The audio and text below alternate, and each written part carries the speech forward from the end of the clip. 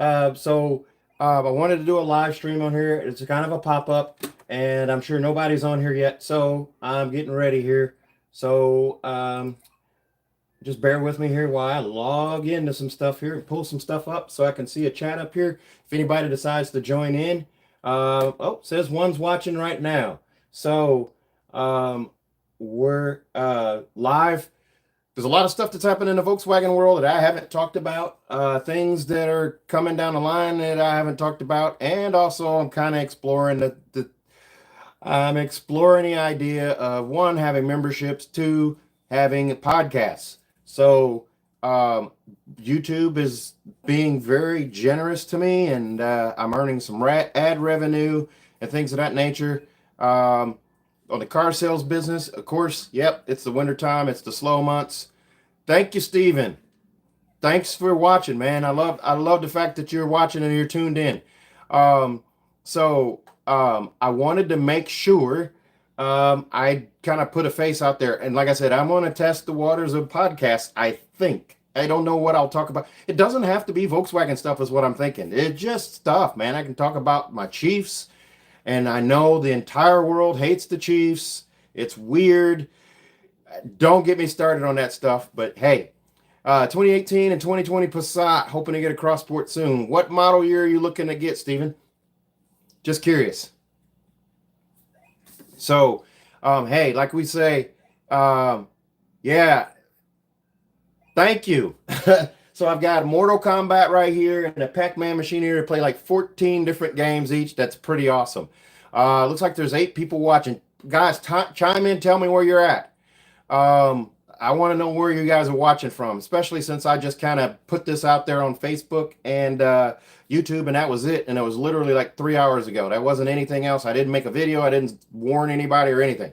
So anyway, order guides for the 2025 Tiguan came out today. Andy, hello. Your roads, last time I went to Indianapolis, the roads were terrible. It's like they blew up every interstate at the same time. New Jersey, how you doing? How you doing? That's probably more New York. Sorry. Westmoreland County, Pennsylvania. Awesome. Go Eagles. The mayor needs a spelling test, though. Yeah, the roads are terrible, and it sounds like they haven't gotten any better. We drove through Indianapolis on our way to Sandusky, Ohio, to go to Cedar Point. That was fun. And we drove our Atlas at the time. Houston. Hey, awesome. Snow there. Again, maybe? Former VW salesman from North Carolina. Awesome. So, 2025 Tiguan. A lot of things came out about this. A lot of things I said were wrong. My source was wrong. A lot of stuff was wrong, and a lot of stuff was right. So, let's start with Tiguan. In the beginning, I said that was going to be a Tayron, rebadged as a Tiguan. That ended up being false for the time. We were going to get the European version of the Tiguan. That ended up being false for a time. So now, and we even said the Tiguan was going to be built over in Europe. Yep, not happening.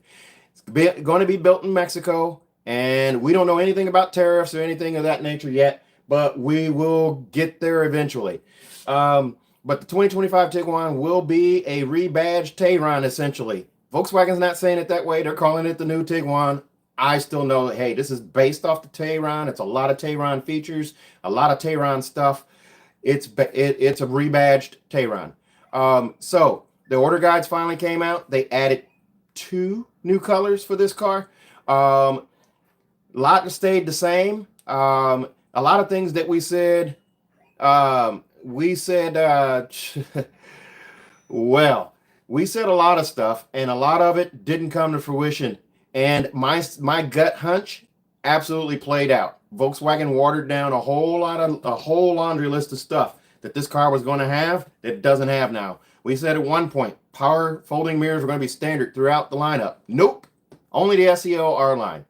The illuminated front logo, rear logo, all the way throughout the lineup, or at least the top 3 of 4.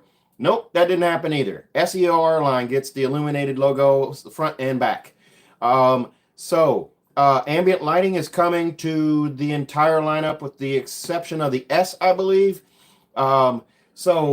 let's go to the order guide here. I'm going to minimize this screen a little bit here and move over to the order guide. Pardon me for looking away from the camera here. But on the order guide, new colors and some of the old. So first off, Tiguan's going to have, and we don't have any pricing yet, SE-R-Line Black, and the SEL-R-Line, just like it is now. No Wolfsburg. Wolfsburg was to get, you're absolutely right, Andy. It does not offer 7-passenger setup. So it's still based off the Tayron more than the Tiguan, but we're not getting that. As far as I know, I don't think we're even getting that size because the Tayron is a little bit bigger. But man, mood lighting, absolutely. So SE Black or SE-R-Line Black and SEL-R-Line. Colors include deep black pearl stays, platinum gray metallic stays, pyrite silver metallic stays, pure white stays. They added Monterey blue. That's that sexy blue that's on the Jetta. It's on the Taos too, but I've yet to see it on the Taos yet. That's going to look good. My only thing about the Taos, I wish if they did that Monterey blue, they'd do it on an SE Black. The only blue you can get on an SE Black on a Taos is the cornflower blue, and I'm kind of over that one. Other options here. That is the color scale for the S and the SE. The S will not have access to the Monterey blue, but the SE will. And if you scroll, let's see here, scroll down on the feed here, and let's see. On the SE-R-Line and the SEL-R-Line. The SE-R-Line Black, you know, they limited the colors in 2022, 2023, and 2024. They added red. They limited it to the black, white, gray, silver, and then they added red. They've deleted red from the entire lineup. So I think that's kind of a miss. That's kind of a wah. But there's not a lot of buyers for red, but it's kind of like a how could you? For the colors for the SE-R-Line Black and the SEL-R-Line, deep black pearl, platinum gray metallic, opal white pearl with a black roof. Now, this is an option for the SE. This is for an option for the SE-R-Line and the SEL-R-Line. They are also adding sandstone with a deep black roof. Regular sandstone by itself. Now, opal white pearl by itself as well with no black roof. Monterey blue with a deep black roof, or Monterey blue by itself. Now, here's the rub. Avocado green now comes on the Tiguan. The same color that's on the Peak Edition, and it's coming on the SEL-R-Line Black for the Cross Sport, and actually you can get on a regular Atlas and a regular Cross Sport now, but we have yet to see any of those yet. Man, that's going to look good. The other thing that they're adding here, they're going with new wheels. There's an 18-inch wheel package that you can get for the Tiguan S. There's the standard two-tone 17-inch wheel for the Tiguan S currently. And this picture, it's grayed out, but they're using the same wheels that they had before so that you can kind of see the hint of the wheel behind it. These are the same wheels the 24s had. They're not using those. So they said image coming soon on the order guide here. 18-inch is an option for the S. 19-inch machine two-tone, 20-inch painted, and 20-inch two-tone. So I'm guessing the SEL-R-Line is going to have access to both of those 20s. And the black roof is going to be available for the SEL-R-Line if you go with avocado green. That's the only way you get avocado green is two-tone, avocado green and black. And that'll be available on the SER-Line and the SEL-R-Line. And that's the only way avocado green comes. Monterey blue will come on the looks like the SER-Line and the SEL-R-Line, but you can't get any option for a black roof with that one on the SEL or the well, you can get it on the SE Black, but you can't get it on the SEL-R-Line. And then the black roof, yeah, the black roof only shows up as an option for avocado green. So there's that. Let's see here. You know, avocado green is going to look really, really good. Let's see here. I'm scrolling back up to see what other options here. Panoramic sunroof is an option for the SE. And the SEL-R-Line and SEL-R-Line will come with that sunroof standard. Um, let's see here. An adventure package, which includes base carrier bars, wheels, splash guards, and a bumper protection plate for the rear bumper and the luggage net, will come available on the S and the SE. Let's see here. A Tiguan adventure package with splash guards. What's the difference here? Roof rack, base carrier bars, wheel splash guards. Not sure what the difference is here, but it's listed twice. Tiguan adventure package. Just the adventure package itself without the splash guards is the roof rack, bumperdillo, and luggage net, and that comes available on all 4 trims. The picture of this car, absolutely stunning. I'm guessing that this is that sandstone color. It's like a muted gray color. Oh, it looks sexy. It's kind of like the Monument Gray on the Tiguan. I mean, on the Jetta. But that Monument Gray on the Jetta has a really high blue hue to it, especially on a blue sky day. Let's see here. Projector LED headlights. So let's see. Available features. We're going to go with the S here. 2.0 turbo engine, 201 horsepower, 206 foot-pounds of torque. That's going to be on front-wheel drive, 201 horsepower, 221 foot-pounds of torque on the all-wheel drive, direct fuel injection. That's 4Motion. Volkswagen, man, they had an opportunity here to give us a 250, 260, 240, 2-something, way better than 201 for horsepower. Come on. They keep watering down our cars for the U.S. market. So, let's see here. Vented front brakes. Let's see here. 17-inch machined alloy wheels for the S.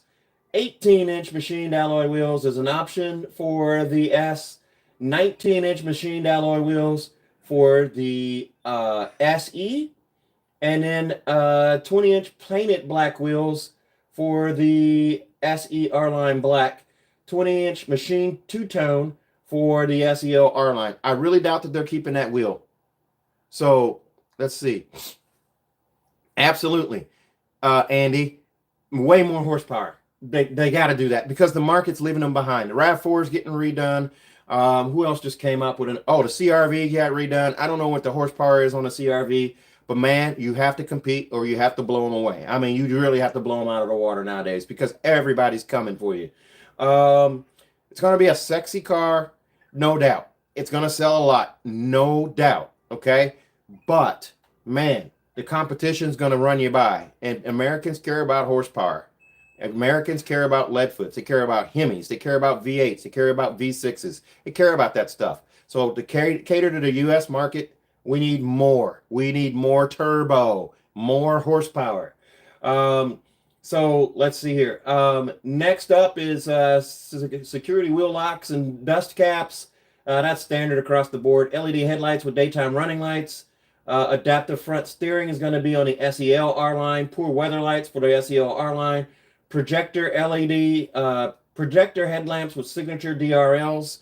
That's a reserve for the SEL-R-Line. We figured that. Rear fascia with integrated red light bar. That's the SEL. Front grille with integrated light bar. That's the SEL. Automatic headlights with coming home feature is across the board. LED tail lights and license plate lights across the board. Door handles that are illuminated are going to be SE-R-Line Black and SEL-R-Line. So that's an upgrade from previous. Heated, foldable, power adjustable side mirrors with integrated turn signals across the board.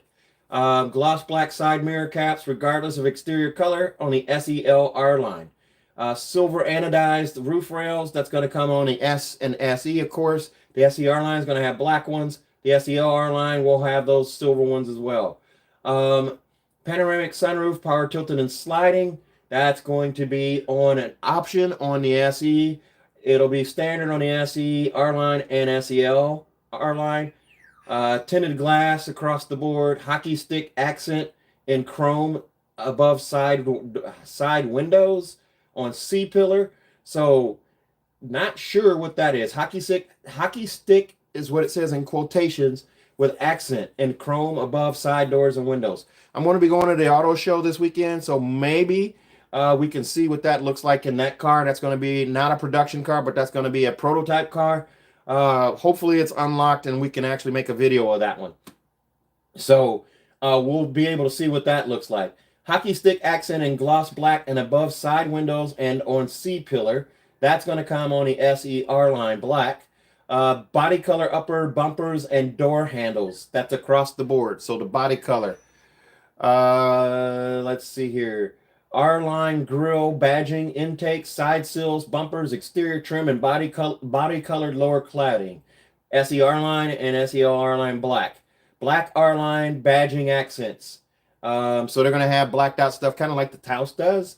And prepared aftermarket tow hitch for capacity of 1,500 pounds for front wheel drive and 1,800 pounds for 4Motion across the board. So, the car won't have a tow hitch, it looks like, but it looks like it's going to have some type of prep for it. Let's see. And I'll get to these questions and your stuff here in a second. I just wanted to read through these available features here. So, multifunction steering wheel, audio, telephone, and display controls across the board. Heated steering wheel. Man, this was another chance. Heated steering wheel across the board on Atlas. They're not doing it until the SEL-R-Line again. Man, at least the SEL-R-Line black would be great with a heated steering wheel. Come on, Volkswagen. I know somebody at Volkswagen watches my videos. Let's do that. So, R-Line leather wrap steering wheel. That's, of course, going to be on the R-Lines. Leatherette wrap steering wheel for everything else. Nothing real changed there. Driver's seat, manually adjustable, including height accents or height adjustment. The S keeps manual seats. Let's see. Heated front seats across the board. Passenger seat, manually adjustable in S and SE and SEL-R-Line. 10-point full back massage function. That comes in the Tiguan SEL. Guys, this Tiguan's going to be approaching 50 grand. There's no doubt. This thing will be 46 to 47 grand as an SEL-R-Line. But I'd pay it. Take my money. Let's see here. Rear seat bench, 3-passenger, 60-40 split with full down center armrest across the board. Heated rear seat for outboard seats. That's the SEL-R-Line. Cloth seating surfaces. That's going to be just the S. Perforated VTEX leatherette seating surfaces. That's the SE and SEL-R-Line black. Perforated Vienna leather. Seating surfaces. That's going to be for the Tiguan SEL-R-Line. R-Line interior trim with black headliner, stainless steel pedal caps, and footrest. Of course, that's going to be the 2 R-Lines. Let's see here. Cargo underfloor storage solution. That's standard. Front row US illuminated carpeted cargo area with tie-down locks. That's hooks. That's across the board. Illuminated door pockets. SE and above will have that. Illuminated glove box. Looks like they will all have that. Footwell lights will be SE and above. 10-color ambient lighting. SE and above. 30-color ambient lighting on the SEL. Entry lighting in front row. That's going to be on SE and above. And then front row metal R-Line door sill scuff plates. Of course, the 2 R-Lines will have that. This interior looks sick. I'm going to roll up and tell you about the interiors here. Colors for the interior. They're copying it from the Jetta. We've got Grigio and black for cloth for the Tiguan S, and that's all they're doing. Grigio and black. So gray and black interiors for every Tiguan S. Mistral.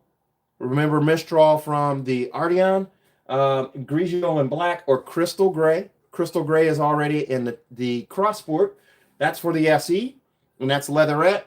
On the SEL-R-Line, black edition. Your choices are going to be Grigio and black or crystal gray. So 2 color choices. That's going to look really good on that avocado green. For the SEL-R-Line, the leather colors, Mistral, Grigio and black, and amber brown. And on this order guide, I will post on my page, on the YouTube page, a screenshot of these color interiors. So last time I posted the order guide, I got in trouble for that. Volkswagen asked me to take it down, so I won't do that again. But I'm going to post these pics. These look good. These aren't computer renderings. I don't think they're real. Maybe they're AI generated, but they look real. They look really, really good. So, let's see here. Again, pricing doesn't seem, it's not here yet. So these wheels look good too that they're showing in the pictures. They're not looking bad. The interiors are going to look good. That mood light is going to look good. The ambient lighting is going to look good. The shifter is going to be up on the steering column like it is for the ID Buzz. That 15-inch screen. Let's see. Hold on. I need to find out where on infotainment what screens go where. I don't know if this breaks it down or not here. Performance, exterior, interior. It doesn't seem to break it down there because this is an order guide, so that screen is not going to really be like optional or interchangeable or okay, here we go.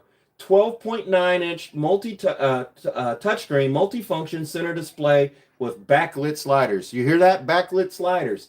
12.9. That comes on the S. The Tiguan S is going to have that thing. Just like the Atlas SE has that big giant 12-inch screen, the Tiguan is going to have a 12.9-inch screen.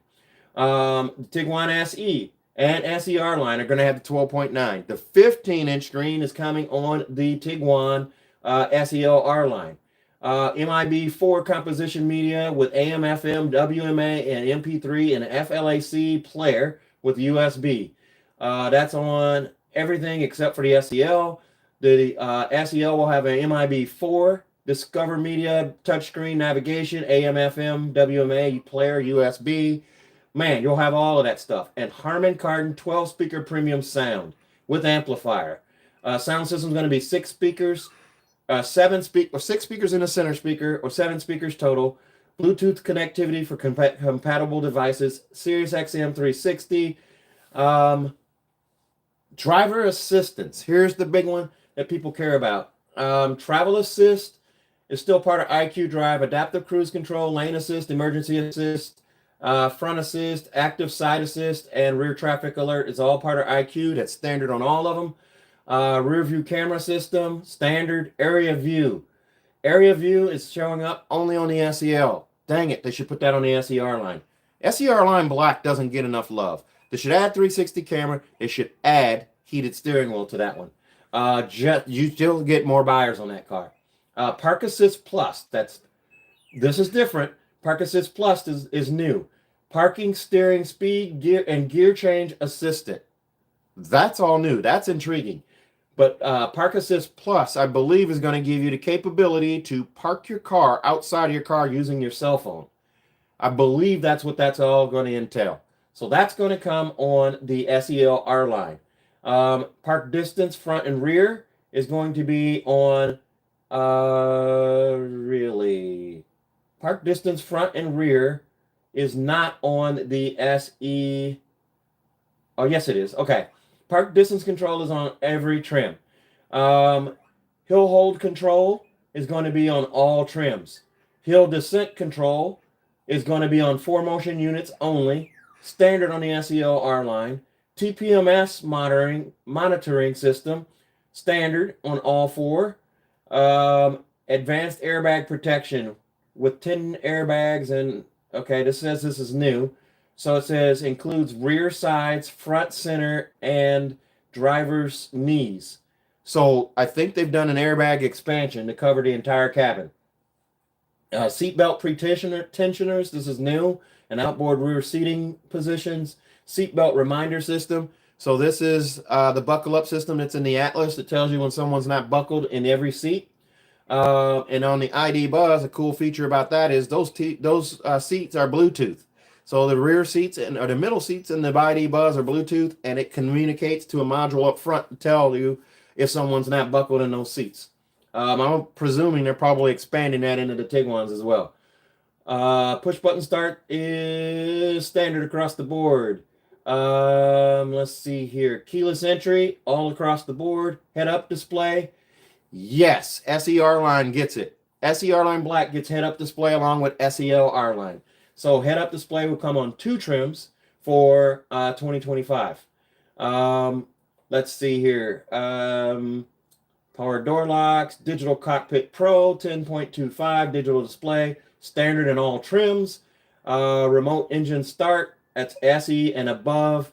Remote engine start feature. S trim is pre-wired for this. So looks like you're going to be able to add a factory remote start to a Tiguan S. Remote power liftgate, SE and above. Let's see. Sirius XM standard across the board. App Connect. This is across the board as well. I don't know if it's going to be yep, it's wireless across the board. Let's see here. 45-watt charging. Another thing that they changed.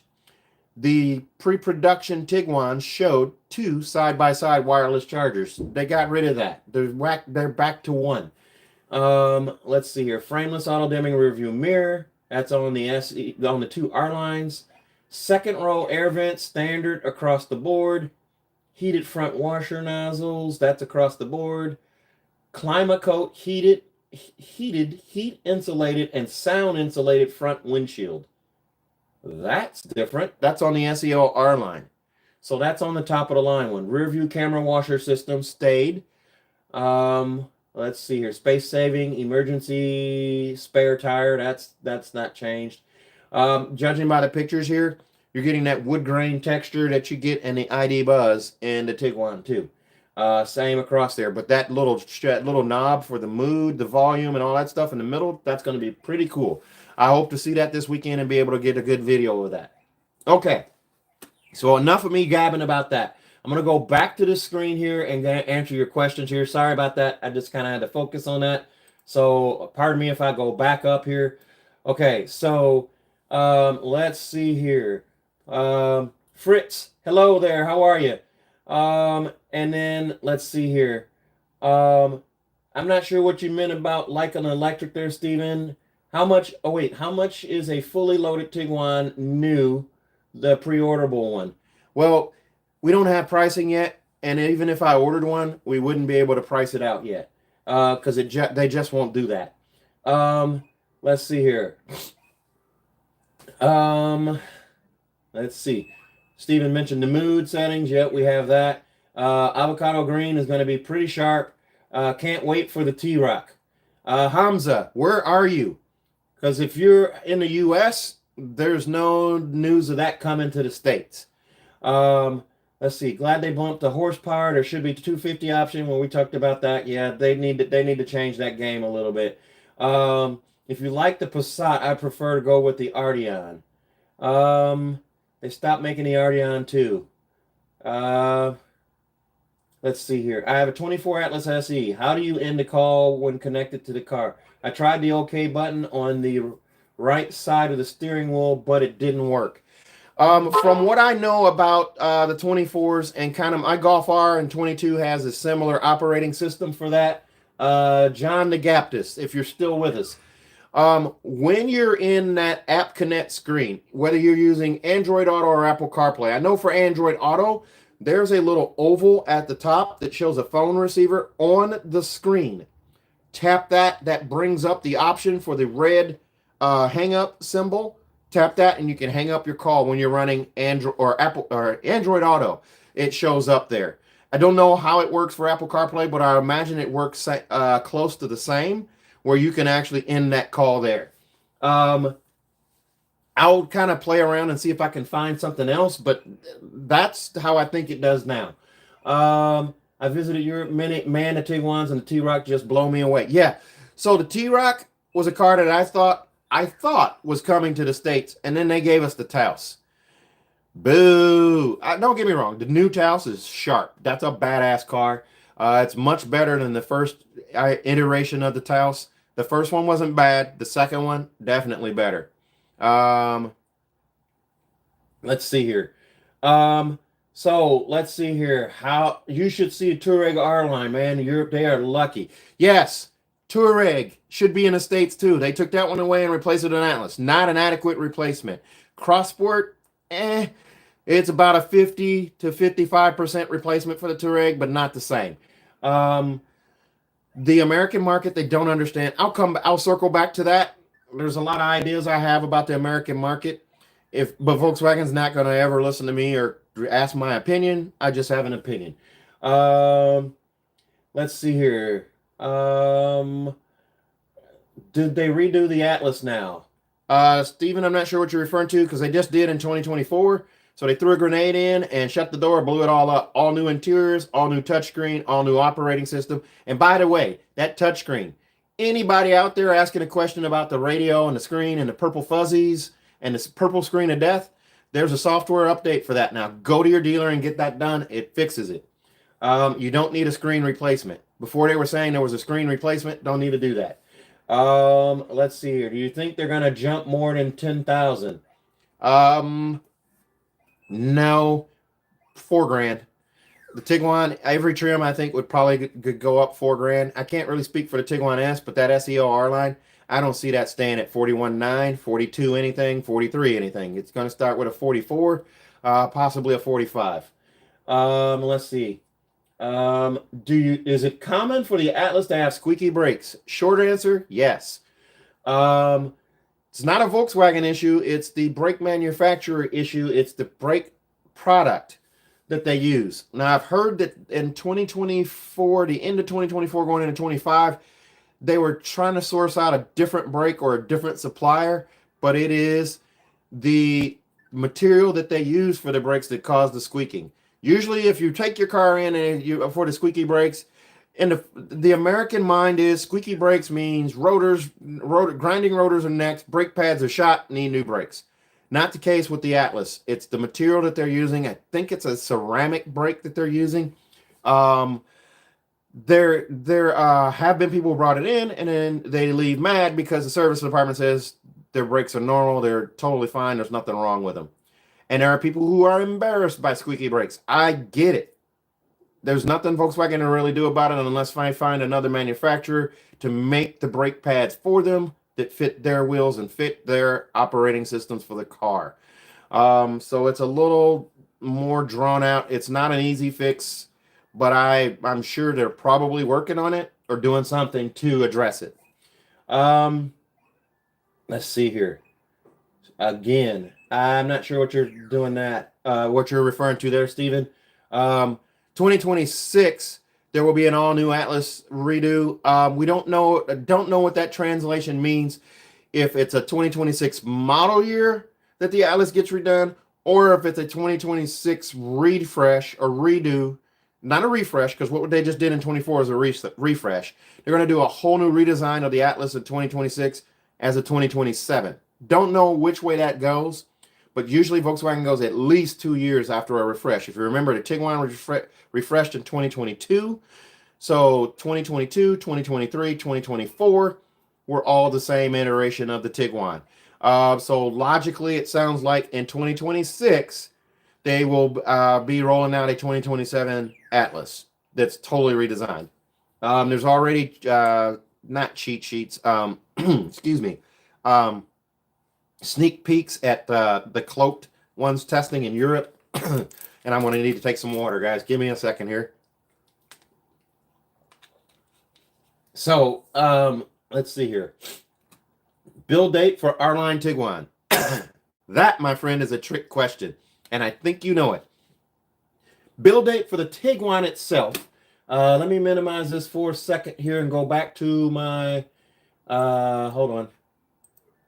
I need to go to another screen here. And I thought I had one. Oh, here it is, back behind. Give me a second here. I'm going to pull this guy up here, and I'll tell you exactly what the production week looks like. Now, I did say that we weren't going to see these till June. They've now moved up the production date. So they're going to start, instead of start building these in June, they're going to start building them in May. And then that means production week, I think it's week 12, but I want to double check that. Yep, week 12. We are in week 6. So in 6 weeks, they're going to start building Tiguans. So you'll start seeing Tiguans in 6 weeks. While I'm on this page, Golf R and GTI for 2025 start in week 9. That's 3 weeks away. That's when you'll start seeing 2025 leaks and things of that nature, possibly, because they're going to have an order guide But hear me, before you guys get all excited about me saying that there's order guides for Golf Rs and GTIs, you're not going to be able to order a Golf R. Still, remember, there's that one dealer on the East Coast that really messed that up. I'd use an F-bomb. They messed it up for everybody else. They ordered 45 Golf Rs, and they shut down the order banks because of it. Dealers couldn't police themselves. They couldn't control themselves. So one dealer tried to order 45 Golf Rs and ruined it for everybody. That manager knows who you are. ID4 2025 started this week. We already have one completed and sitting at port. It has a price hold on it, so we don't know what it's going to be priced at, so it's not going to ship out yet. Okay, so let me go back to the chat here. We'll go back over here. Let's see here, and we'll go back and maximize this. And I apologize for looking away, but my big screen's right there.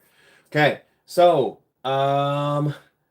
let's see, where were we? Squeaky brakes, we did that. Build date for the R-Line Tiguan.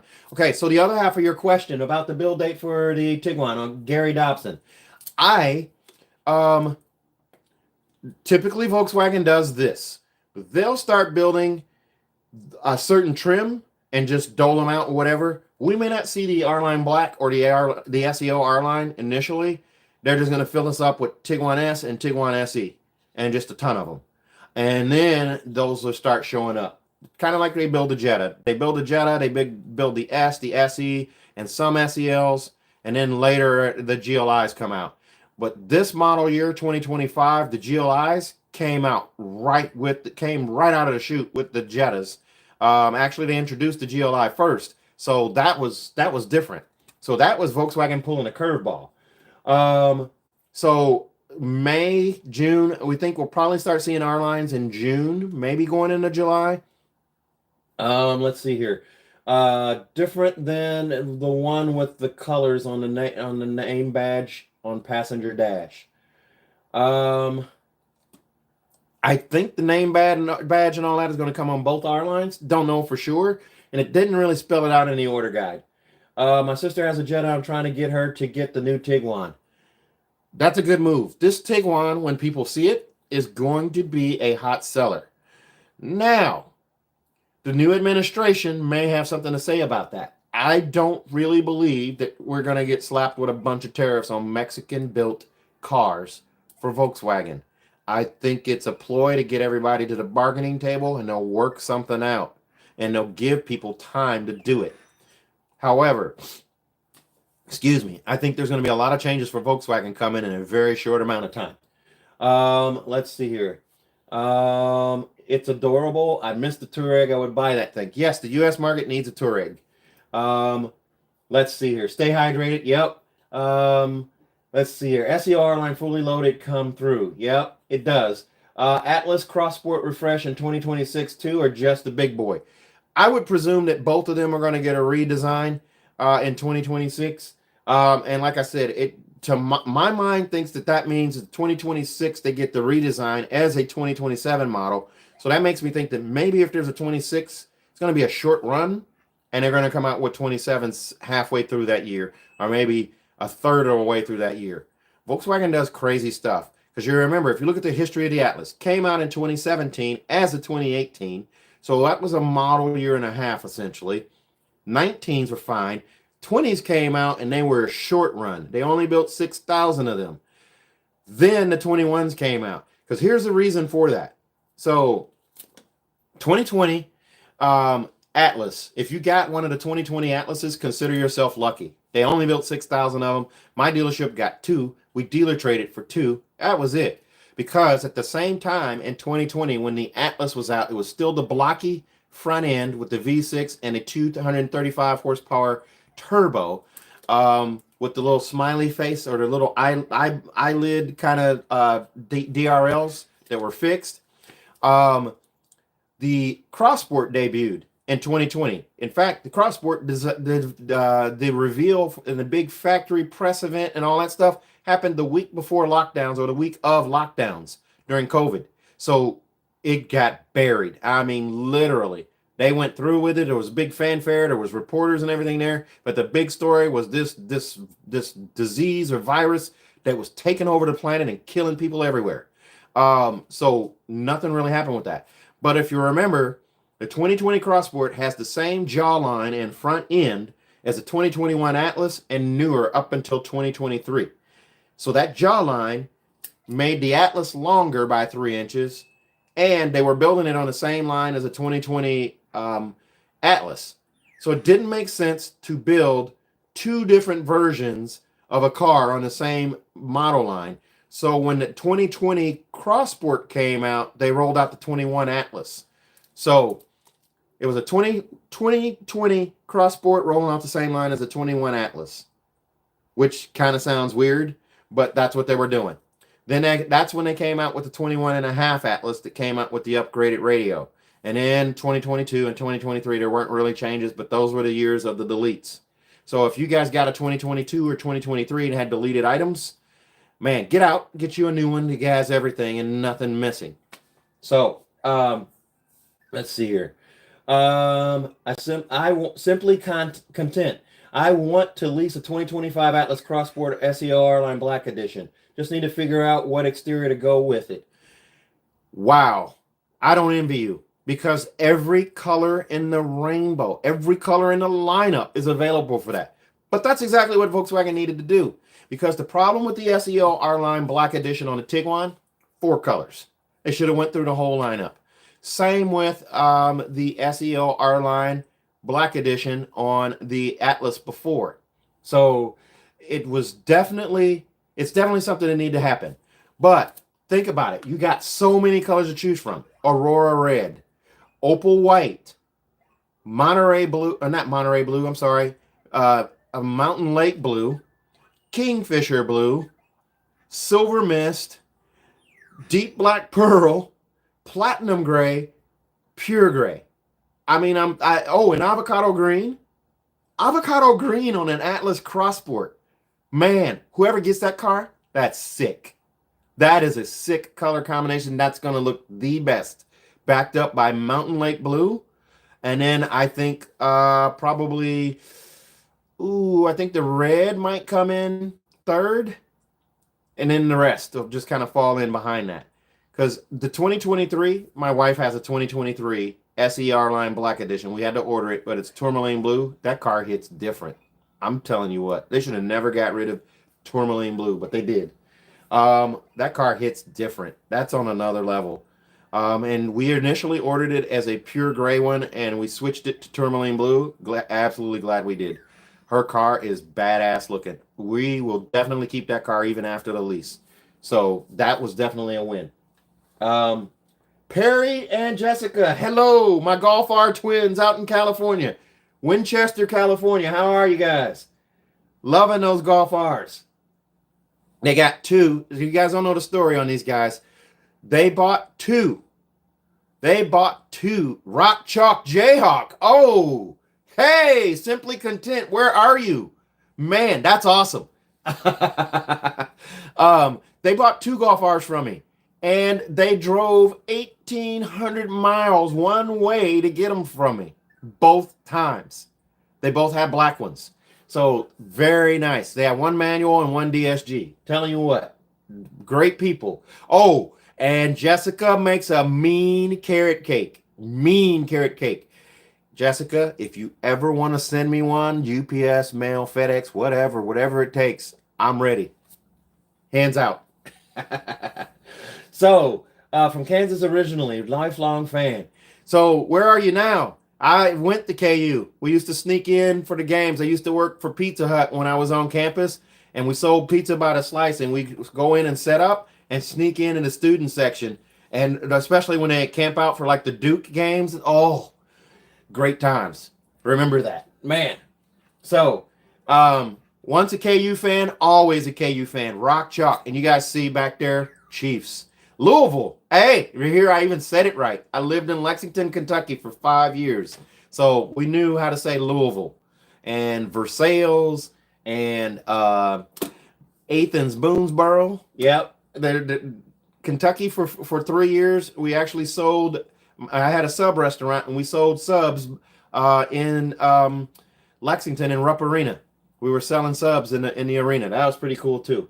So I've been to two really hallowed basketball arenas in Rupp Arena and um, Allen Fieldhouse.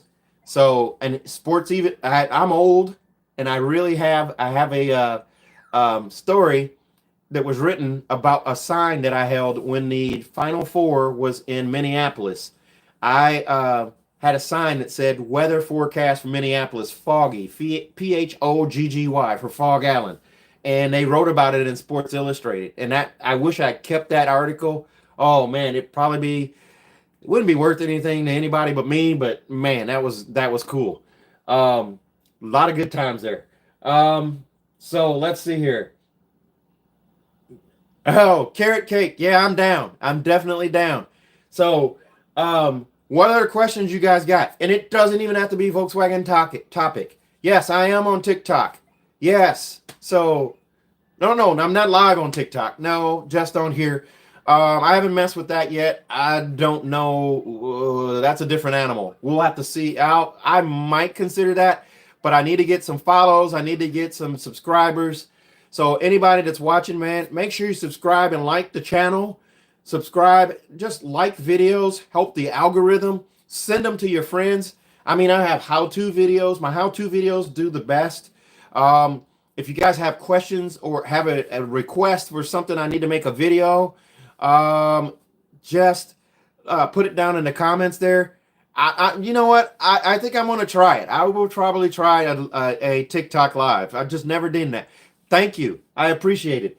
But man, I love the brand. I love the cars. I love what I do. And my history, I've been a go-getter, just a marketer, a salesperson for everything I've done. I've worked for McDonald's. I've worked for Pizza Hut. I've worked for a company here, a global company that's based here called Worldwide Technology, Best Buy, American Furniture and whatever, up in Madison, Wisconsin, before they went bankrupt. I worked for McDonald's for years. I worked for Mr. Goodsense. I had my own franchise. I had all that. So I've always been a go-getter, and I've always never been satisfied with the volume. I always work hard to get more volume and get other stuff going. So, man, that's just how I am. So, what other questions have you got, guys? Let's see here. Salem, Massachusetts. I've been watching your channel for a near future Atlas SEL-R-Line purchase. Man, fly in and get one from me. You get the 10-year, 200,000-mile engine and powertrain warranty. Now I'm selling again. 10-year, 200,000-mile engine and powertrain warranty, and you get the 3 years of free maintenance. Obviously, you're not going to come back for the other 3 years because they're only at my dealership. But man, you'll still get a great deal, and you'll have a 10-year, 200. And so many people don't believe that's real. I need to update my map and put more pins on it. So everybody that flies in gets to put a pin in my map back at my dealership. That was a little idea that I put on my office, and man, people love it. And I think I posted a picture of it. If not, I'll post a picture of that too. Tennessee and Florida. My Tennessee people, my Florida people. You're my big two. Tennessee outshines Florida. Texas is third. I've had two people who come to me that live on the Mexico border. That is crazy.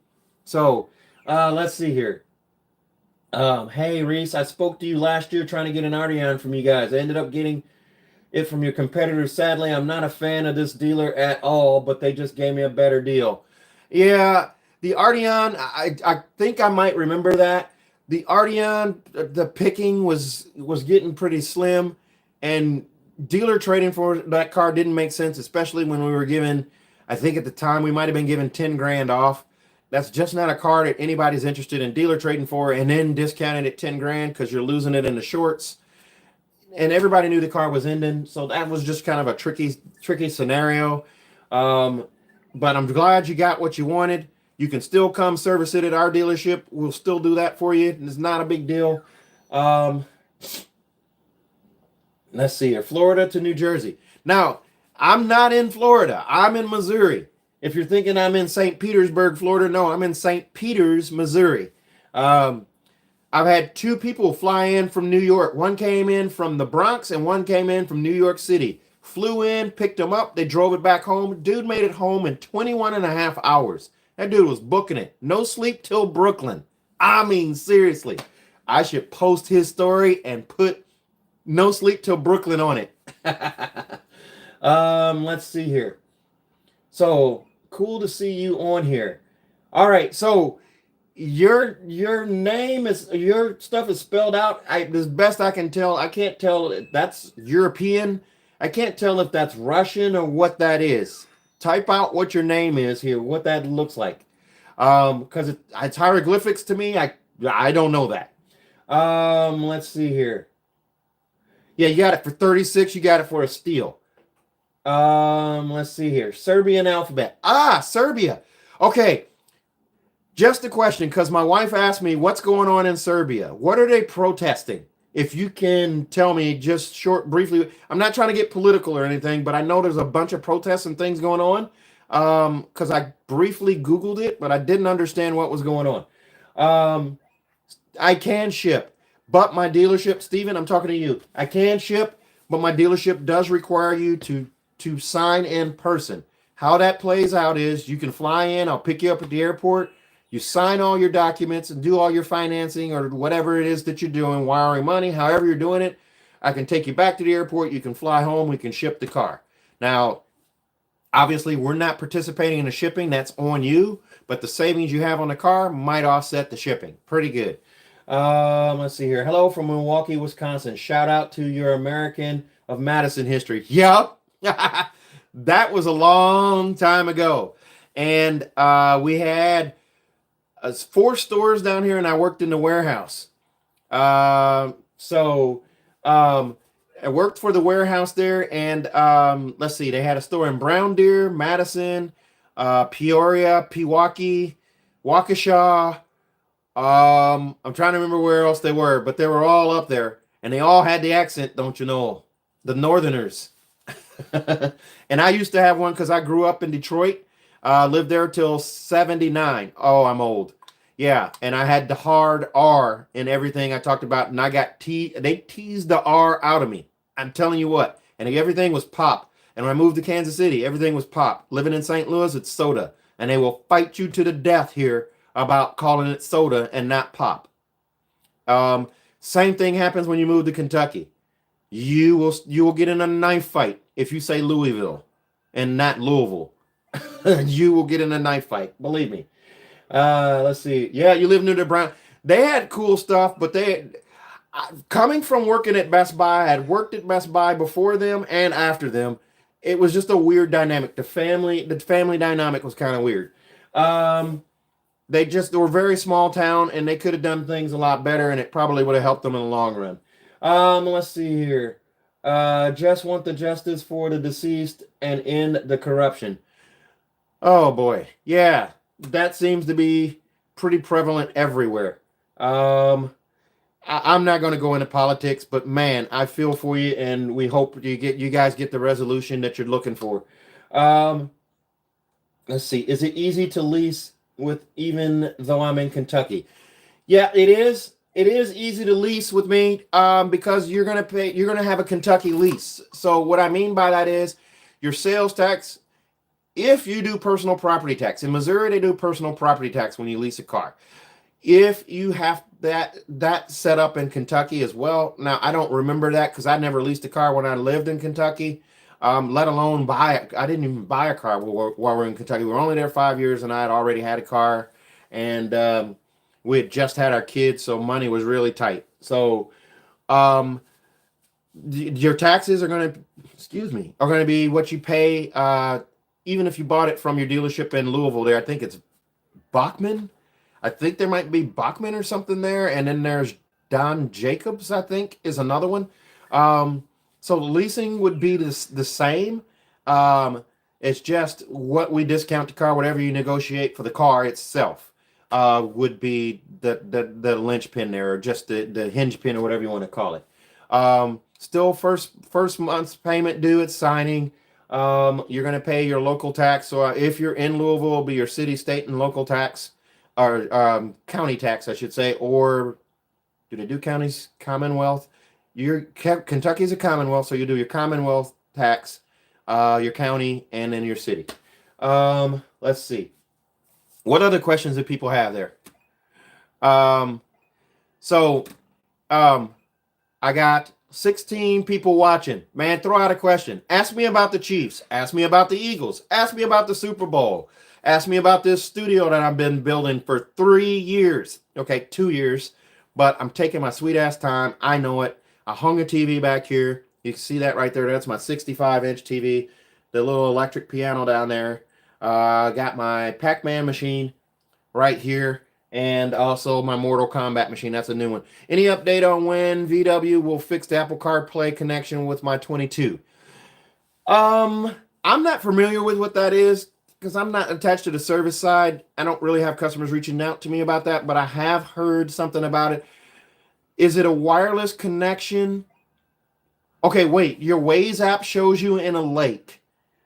If it's Waze, if it's the Waze app, that's going to sound more like it's with the phone itself and not, because the car is going to be using the GPS location. And the GPS location for the car through the shark fin antenna is only going to be related to navigation and your satellite for Sirius XM and just basically CarNet. So it shouldn't be throwing Waze off at all because that's using your phone and only your phone for data and exact location. Let's see here. Who is the other car manufacturer you'd like to work for instead of VW? Or are you married to VW? I'm all in on VW, but here's the thing. I'm getting old and I know it. And I've been lucky and blessed to have what I have here. So if this were to end tomorrow, I've had a fun ride. And what I mean by that is this wasn't my intentions. There's a guy who I used to work with at Dean Team in Kirkwood. His name is Larry Pinky Persons. I don't know if any of you know of him, but if you Google Pinky Persons, kind of a quirky guy. He only wears pink, big scruffy beard, big guy. He's in his CrossFit and things of that nature. He now works for a Ford dealer down here in St. Louis, and he's not loyal to anybody. I mean, but he brings his own clientele, essentially. He's got a following. And throw him a follow, Larry Pinky Persons. I think you'll like. He's kind of gruff, but man, he's slinging Fords. But hey, he's a good guy. Hey there, Walter. And then let's see who else just joined here. I'm going to come back to that question. I haven't stopped here. Joined late. Sorry if it was covered. Any idea on the Golf 8.5 drop? They start production in 3 weeks. That's all I know at this point. So the change guide, the change points and the order guides will probably be uploaded as soon as they start production. And I cautioned when I said order guides before. Don't think that means you can order a Golf R. It means the order guides are out. You won't be able to order a Golf R because there's a dealership on the East Coast and they know who they are. They ruined it for everybody. Hey, and all the other thing. If you guys want to donate, you can. There's a little thing up there to donate, super chat, whatever. I forgot about that. Oh, and the other thing, I mentioned I was going to do podcasts. I'm looking into doing podcasts. Someone suggested TikTok Live. I'm probably going to try that. And then also memberships. Let me know what you guys think about memberships. I'll do some members-only content when I have time and put that out there. It's kind of the rage on YouTube now, these memberships, and YouTube keeps blowing me up saying, start your membership now. Start it now. Start it now. And it's a way I get paid. Hey, okay, I'm all in. So if you guys like what I do, like the channel, like the swag right here, there's stuff down below you can click on to go to the store. I'm trying to figure out, I may switch to a different brand for my store because I'm not really liking what's going on with this one, but man, I mean, you can support me any way you see fit because I'm gonna tell you what, the margins on cars, they ain't there. So basically, your car dealership people are hourly at this point because they're making deals and getting rid of cars. Let's see here. Software issue with the VW app in my car. Are you referring to the My VW or are you referring to... it sounded like you were talking about your Android Auto or Apple CarPlay, probably more like the Apple CarPlay side. I think that's what you mentioned. And is it wireless? DJ Meow. Holy crap. Thank you, sir. Or ma'am. I can't tell. I'm sorry. Thank you. Thumbs up for that.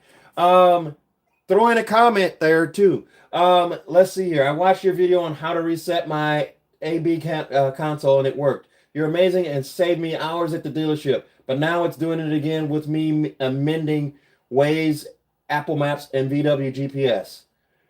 Um, so if you're referring to a 24 Atlas, get to your dealer and schedule a appointment to get the update. There's an update that came out. Those head units are made by Alpine. Alpine verified that they're not the problem there. There was some type of the ribbon connection that goes below. Oh, it's a 2022. So, oh wait, I was talking to you about the Apple CarPlay. I didn't see who it was from at first. Okay. I would, if you haven't checked with your dealer about updates, try that. And if you're still within your warranty, see if a radio replacement might be a fix. And also reach out to Volkswagen customer care. I'm all about Volkswagen customer care. I tell everybody to do that. What that does is it basically holds the dealership's feet to the fire, because a lot of people out there reach out and say, I don't feel like the dealership where I'm at is really helping me out. I think they're stringing me along. They're kicking the can down the road. If you feel that way, reach out to Volkswagen customer care. You can also reach out to them on Twitter. If you put them on blast on Twitter, they don't like you to put them on blast on Twitter. Put it that way. But they're going to respond, and they want you to comment privately. Keep it nice, keep it civil, but man, Twitter, put it out there. Seriously. Or X, sorry. Old me, Twitter. I still say Twitter. Let me go back to that question about dealerships and brands. I'm going to go back and tell you guys a story about when I first started. I first started in 2013.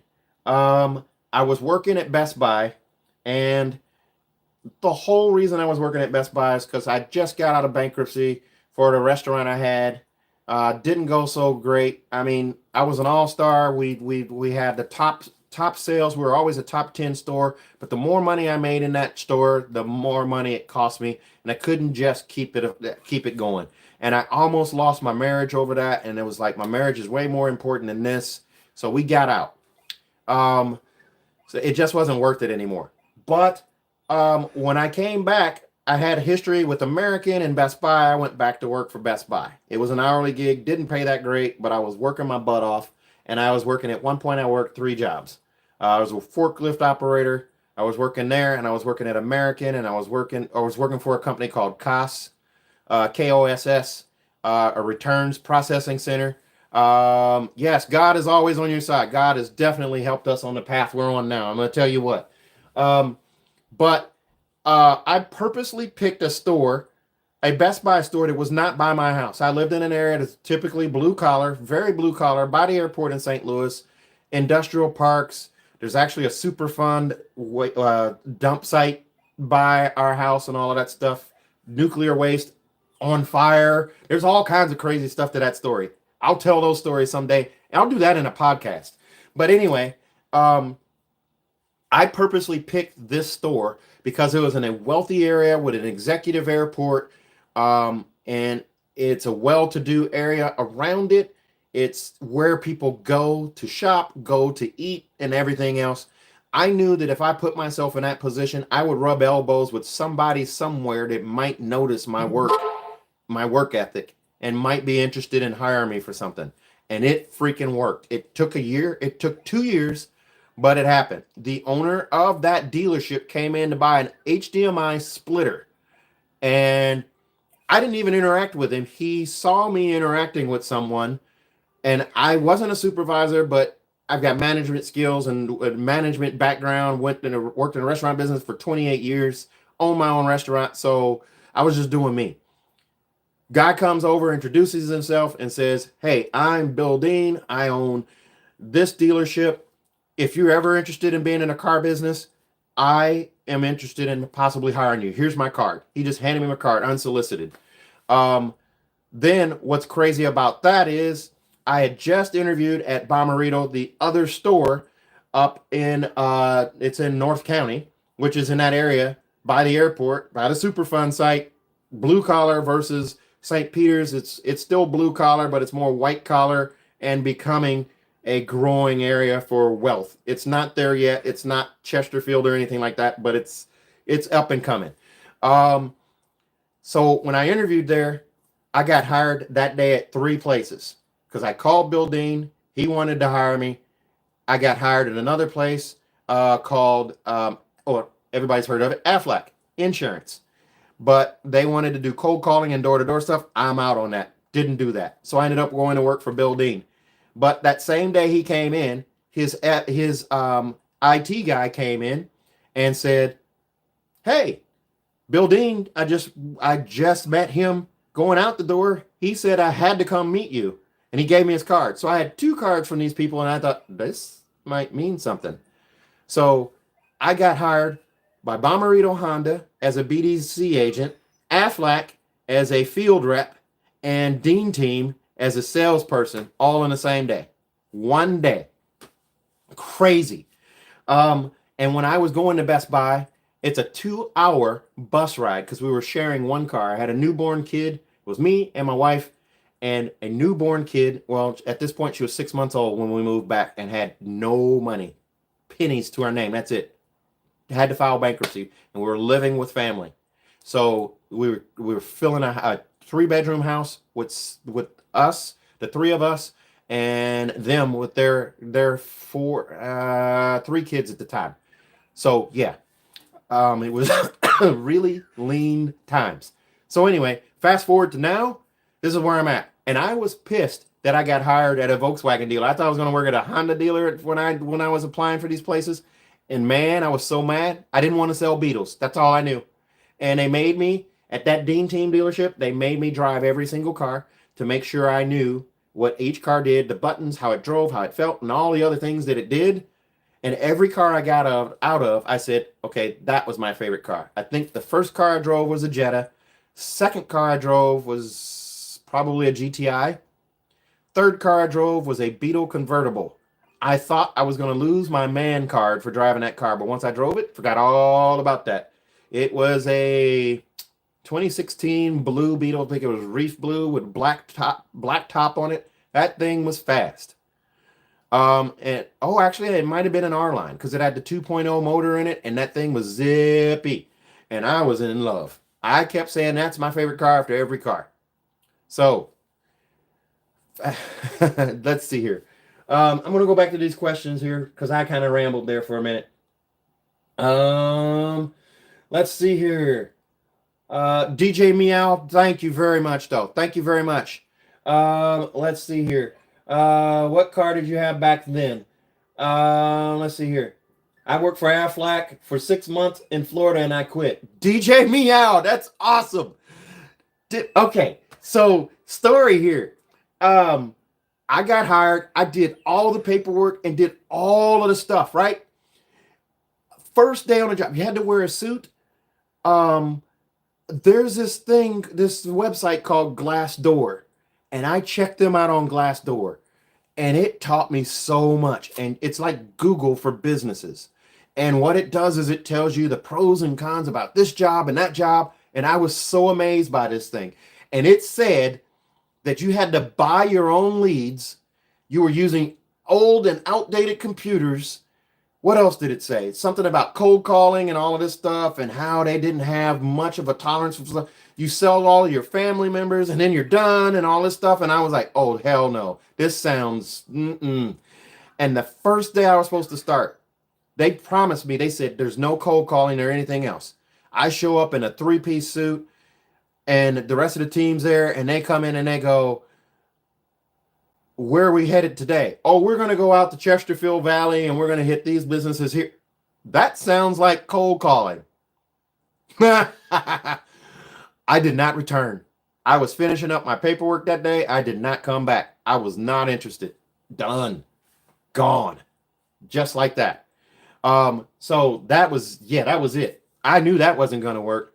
And in the first 2 years in the dealership setting, absolutely hated it.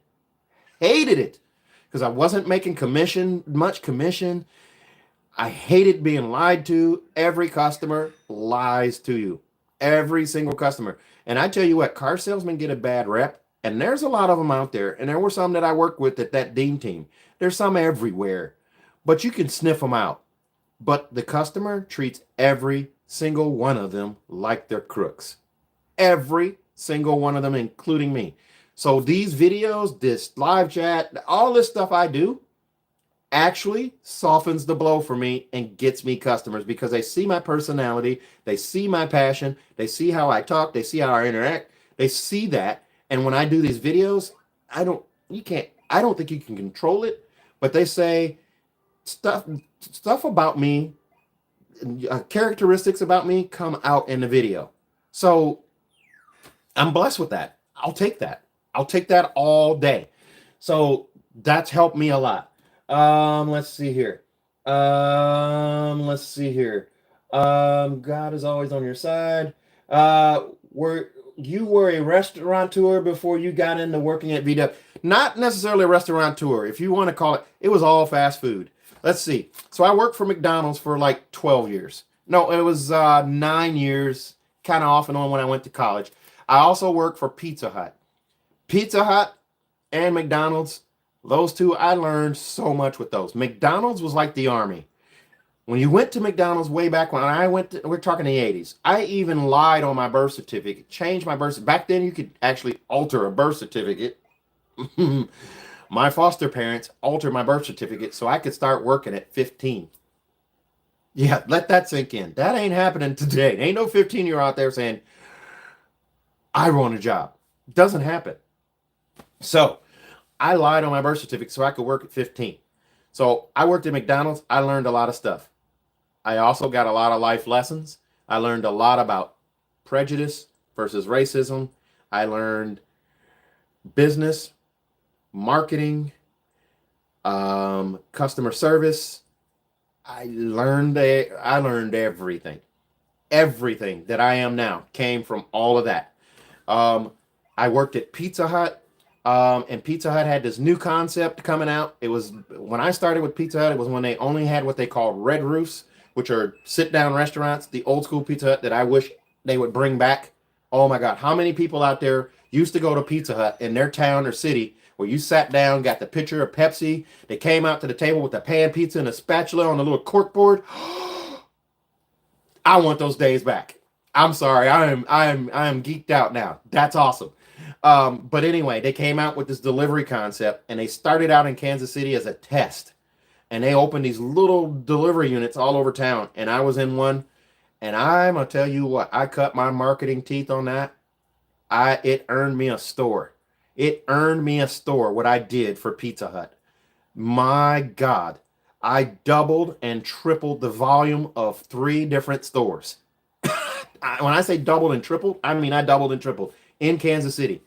So I was good at what I was doing because I was bored with low volume. Low volume bores me and makes me think, how can I make it busier? What do I need to do to make it busier? Same thing with cars.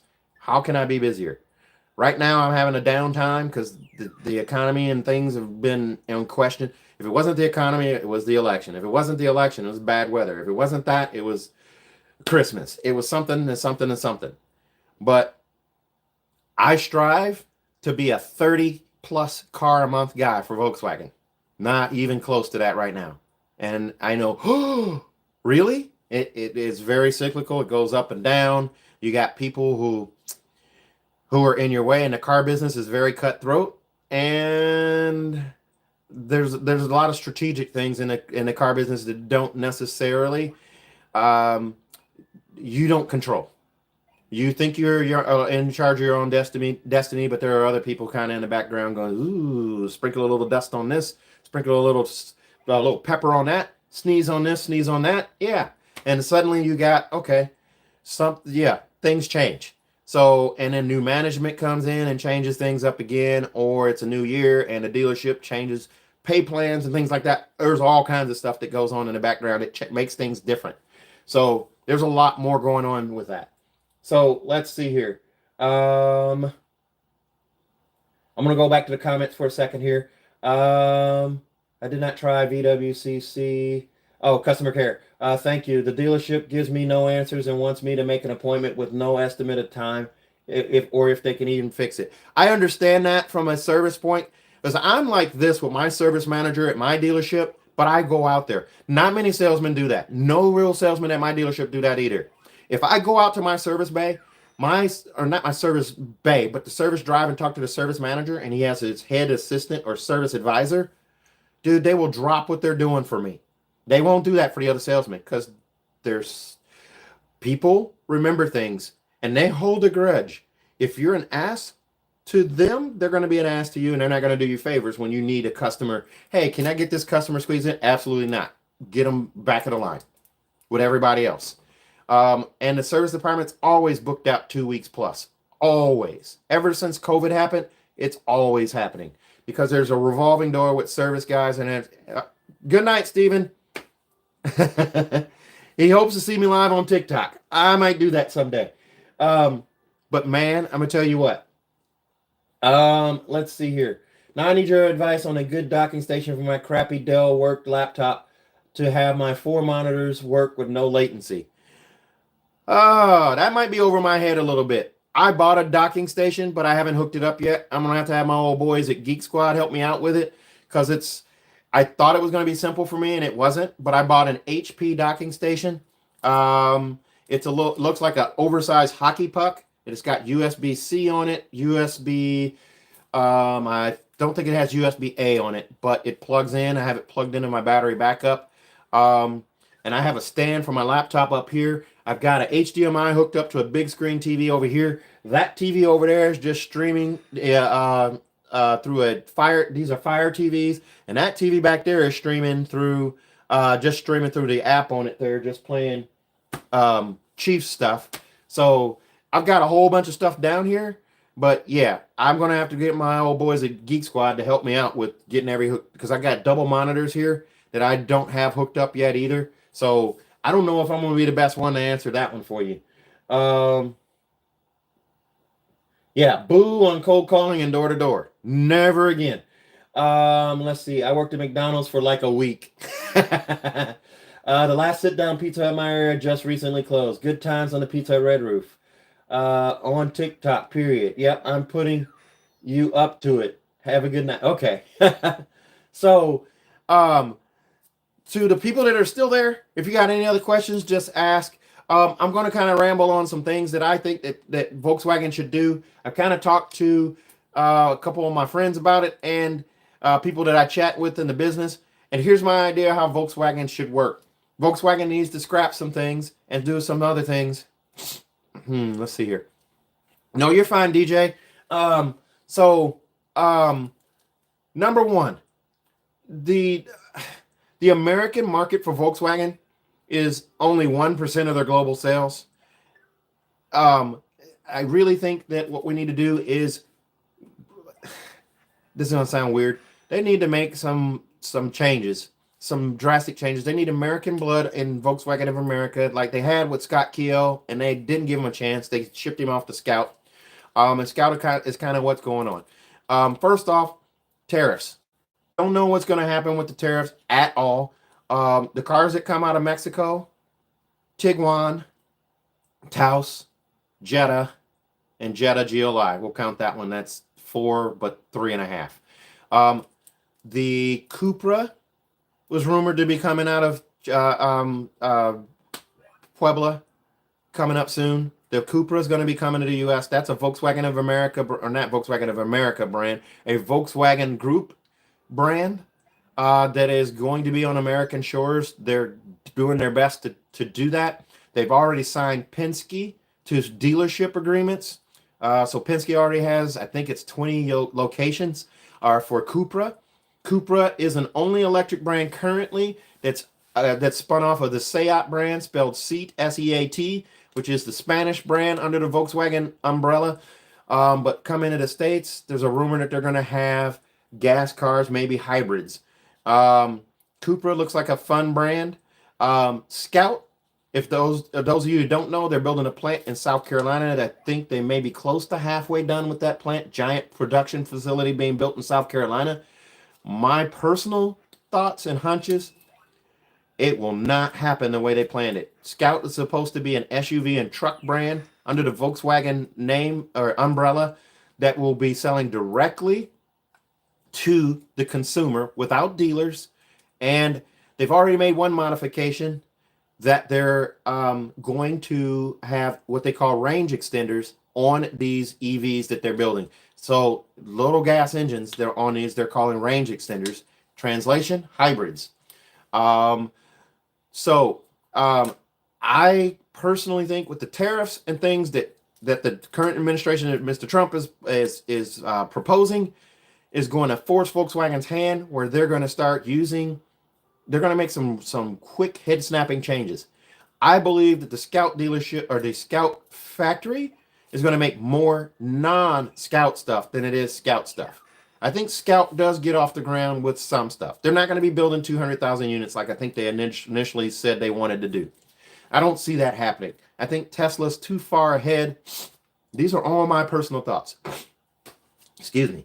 I think Tesla's too far ahead of the competition when it comes to EVs. They had an 18-year head start, and I don't think the EV market is nearly as big as anybody tried to paint it, perceive it, or say that it was.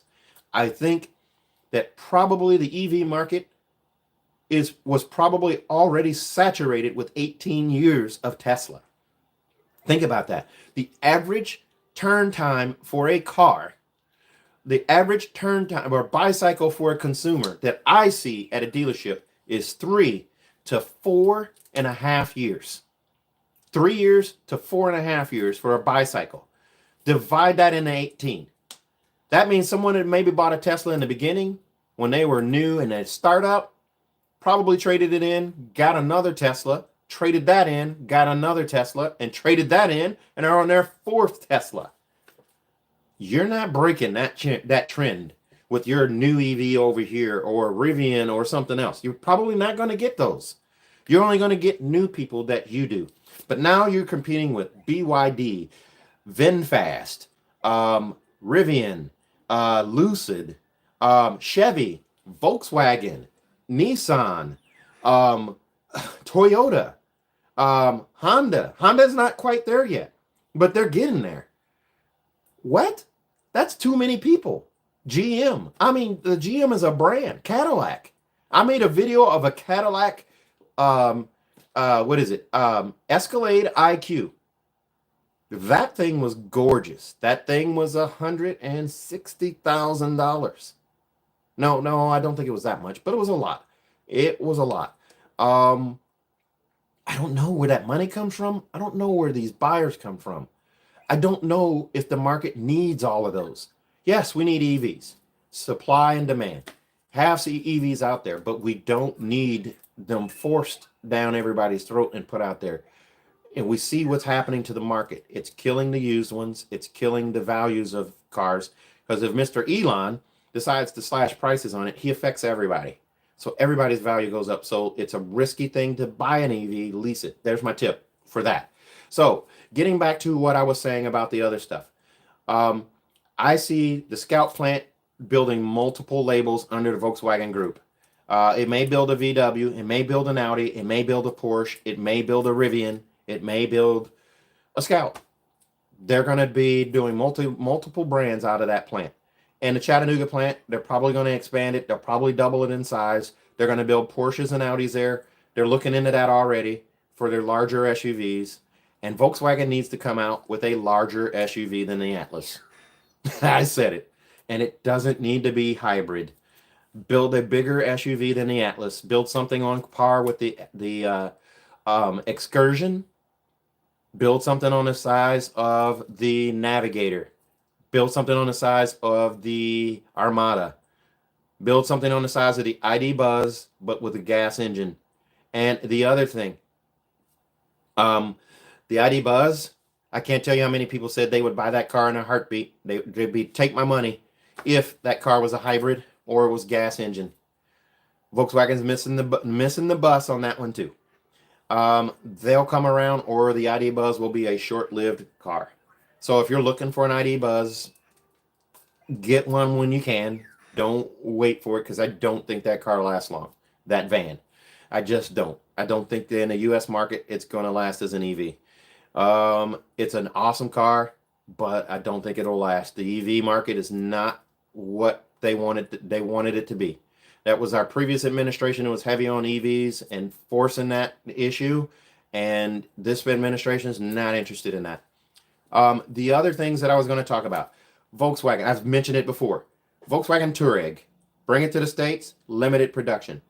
Volkswagen as a brand, I think, needs to become more boutique and start doing more of less. What I mean by that, bring the Touareg back, build 2,000 units a year for the U.S. And they'll say, we can't get that through the EPA and to meet U.S. guidelines for emissions.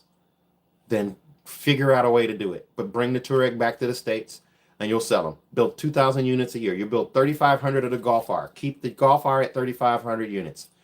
Next up, make the GTI one trim. So you go, instead of having a GTI S, a GTI SE, and a GTI Autobahn, go to a GTI SE and leave it. Leave it alone, just like the Golf R. Come up with one trim for the Golf R, one trim for the GTI. Boom. You're not going to sell as many Golfs as you used to. They're already bringing it back to Mexico. It's not going to be in Germany anymore. That happens. I'm not sure what model year that happens, but currently they're coming. I think they're still going to be coming from Germany as a 25. But shortly after that, they're coming back over to North America.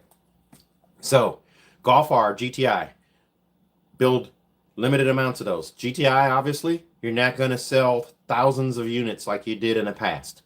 Make the GTI maybe a 5,000 unit car. That's okay if you sell out. You start building the order banks for the next year.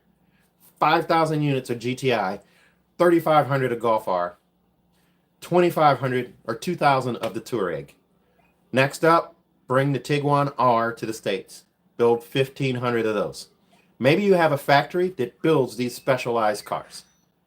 Okay, for the first 6 weeks of the year, they build Touaregs for the U.S. market. The next 6 weeks, they retool. Another 6 weeks, they build Tiguan Rs. And I mean, don't put a 2.0 200 horsepower engine in the Tiguan R. Bring me the real deal. Bring me the 341 horsepower Tiguan R. I mean, if you think about it, the SQ5 is the only car that competes with that, and they maybe sell 1,500, maybe, I'm guessing, of the SQRs, Tiguans in the U.S. as an Audi. Just come up with the boutique cars.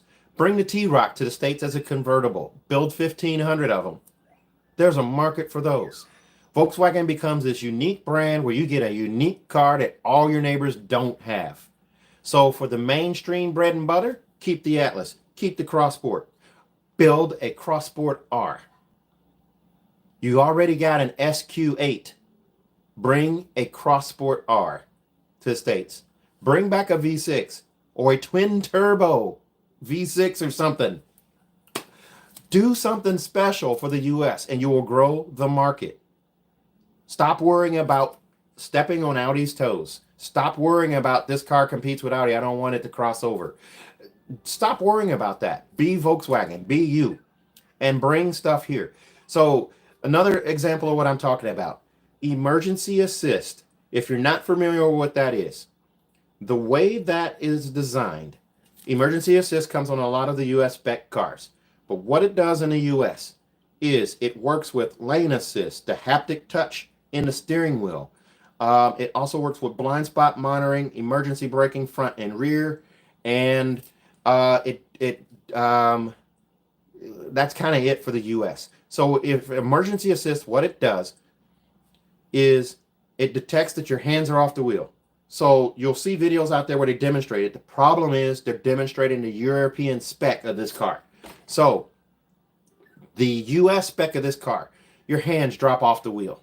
After about, I think it's maybe 3, maybe 4 seconds, it'll say take over steering. It just shows up. It'll pop up on the head-up display. It'll pop up on the instrument cluster and say take over steering.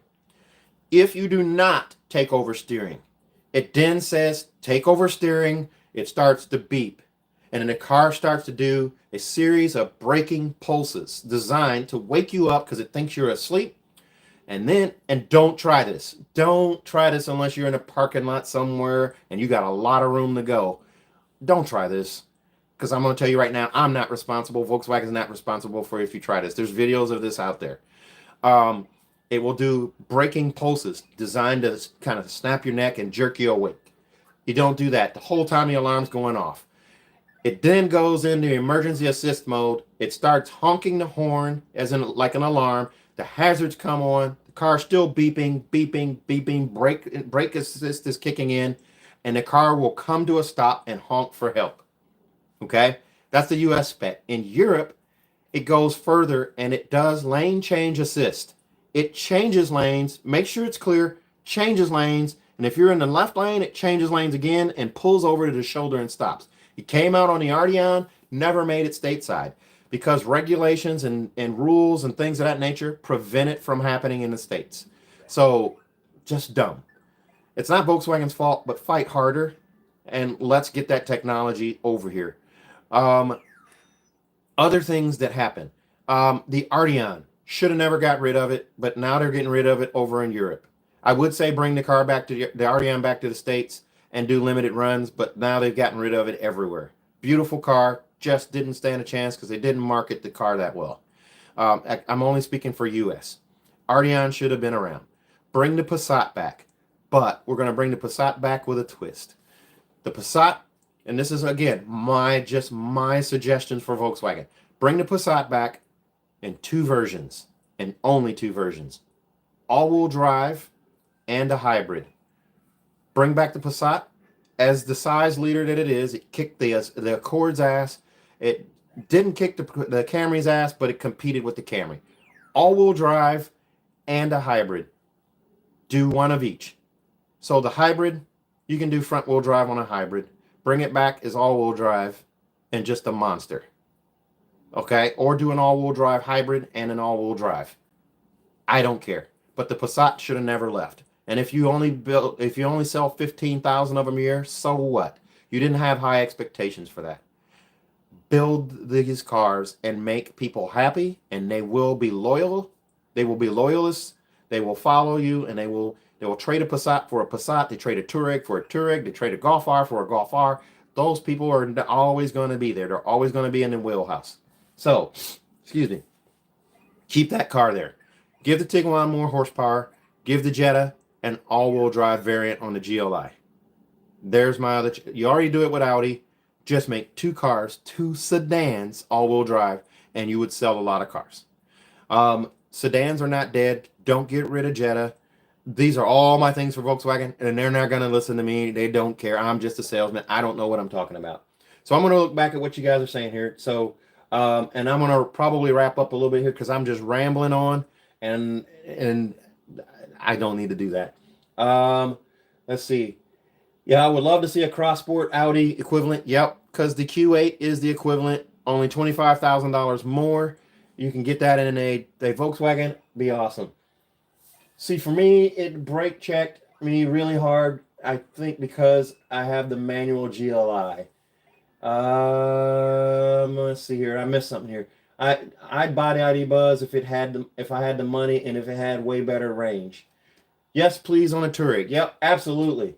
Let's see here.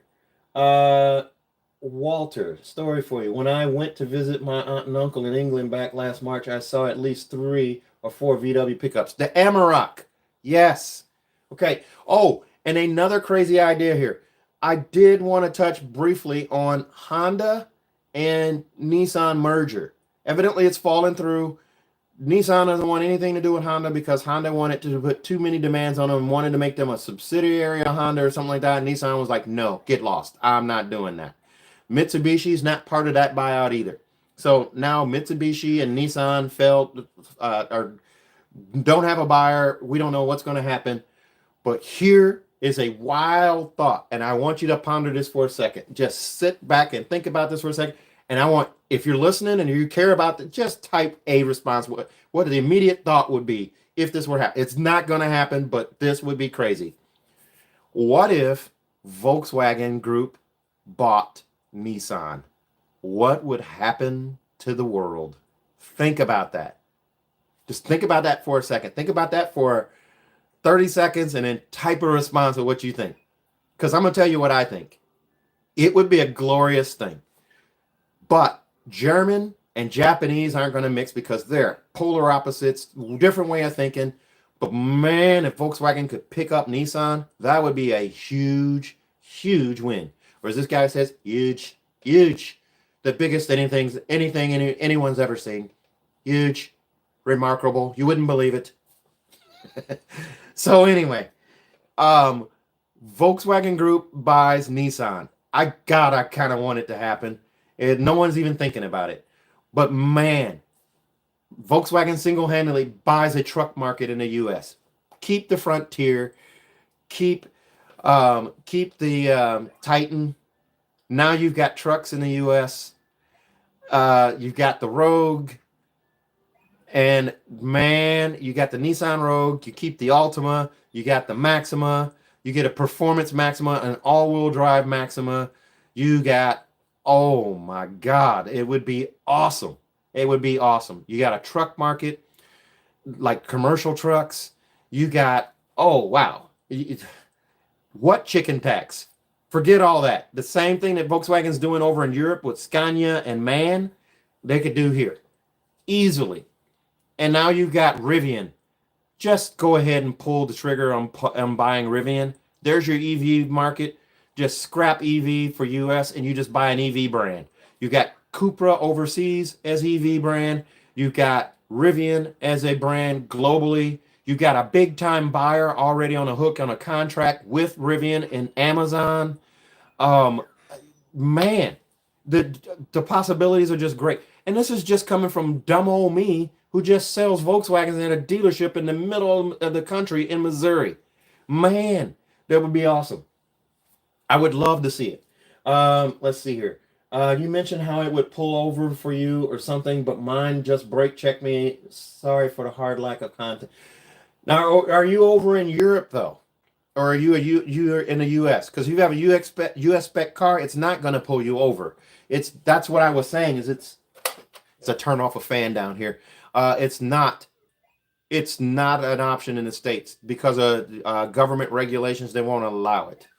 But a VW and Nissan, oh, it would be great. I would love to see the mashups that could come from that, from a Volkswagen, Nissan, like conglomerate or partnership. Oh, wow. There'd be so much going on. And the Pathfinder. So you could have had Atlas, Pathfinder, and wow. And you get Infiniti. You get Infiniti because Nissan is Infiniti. You get another luxury brand. That's just, man. Oh, that makes sense. And for that, I'd puke, cry, then die. I don't like Nissan. You don't have to buy it. They just exist with Volkswagen's pockets. That's just it. You don't have to buy it. But what you get out of it, Nissan survives as a brand under the Volkswagen Group umbrella. Maybe they come out with, okay, well, I'm going to tell you what. Volkswagen in no way, shape, or form is going to buy into that CVT crap. Not in a million years. So maybe they keep Volkswagen and they use the same Japanese transmissions that they're already using that aren't CVTs for that stuff. Maybe they make some changes or make some suggestions and change some things. But you're going to see some downsizing of the automobile market because it's gotten too big again. Let's see here. Let me scroll down here because I thought I was at the bottom. Let's see here. Yep. If Nissan didn't use a crappy CVT, they'd sell so many more vehicles. You're absolutely right. I am never buying a CVT vehicle again. It wasn't a Nissan, but we looked at a Nissan Sentra way back in the day when we were scrimping for money and things of that nature. We looked at a Nissan Sentra, and I thought they were badass at the time. CVT, it's like a transmission that can't make up its mind. It's like being married. It can't make up its mind. What do you want to eat? I don't know. What do you want? I don't know. What do you want? Gear 3, Gear 4, Gear 5? No, let's go back to 4. Let's go back to 2. Go up to 4. Go back to 5. Go to overdrive. Back down to 3. What the hell is this? Pick a gear and stay there. That's what I feel about a CVT. Can't stand it. Can't stand it at all. So, that would be awesome. I don't think that's going to happen. I do think that there's a good chance that Volkswagen decides to buy up Rivian. Rivian would love that because Rivian needs cash. They will need cash, but their software is way better than anything Volkswagen has out there, and Volkswagen knows it, and Volkswagen's using them, and they're leaning on them for their new next generation cars that come out.